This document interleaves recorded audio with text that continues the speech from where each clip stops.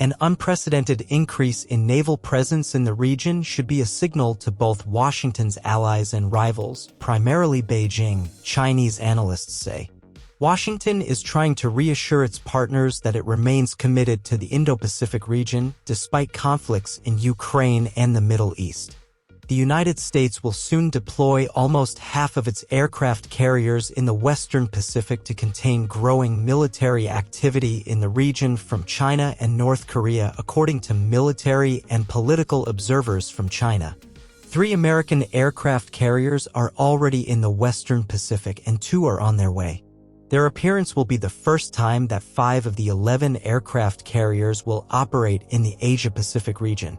The USS Abraham Lincoln, part of the U.S. Navy's Pacific Fleet, was spotted leaving its home port in San Diego, California. As of February 5th, according to the U.S. Naval Institute's Fleet and Marine Tracker, it is heading to the Western Pacific. The USS George Washington is also expected to deploy to the Asia-Pacific region to replace the USS Ronald Reagan, which will be transferred from Yokosuka, Japan, to Puget Sound Naval Shipyard, Washington, for maintenance. USS George Washington is the first nuclear-powered aircraft carrier to be deployed off the coast of Japan, where it was stationed from 2008 to 15.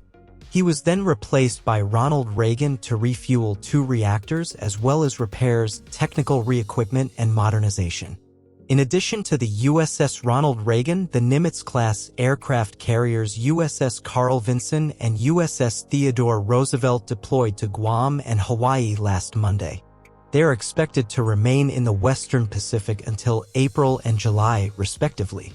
Last month, the carrier strike groups USS Theodore Roosevelt and USS Carl Vinson took part in a large-scale carrier-based aviation exercise with the Japanese Navy in the Philippine Sea, which included expanded maritime communications operations, air-to-air combat operations, and takeoffs and aircraft landing on deck.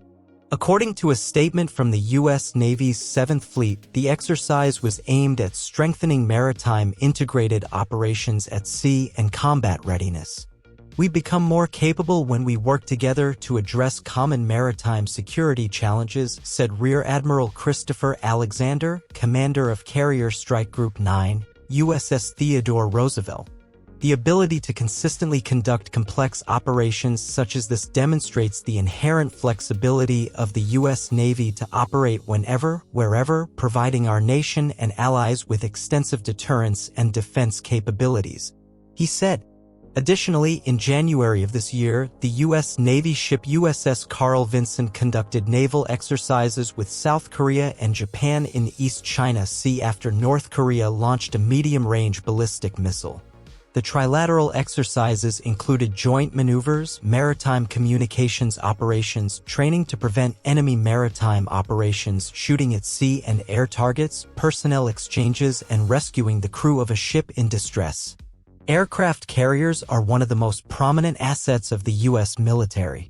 Deploying multiple carrier groups to the region sends a very clear message to adversaries, said Brian Hart, research director for the China Power Program at the Center for Strategic and International Studies, a Washington think tank.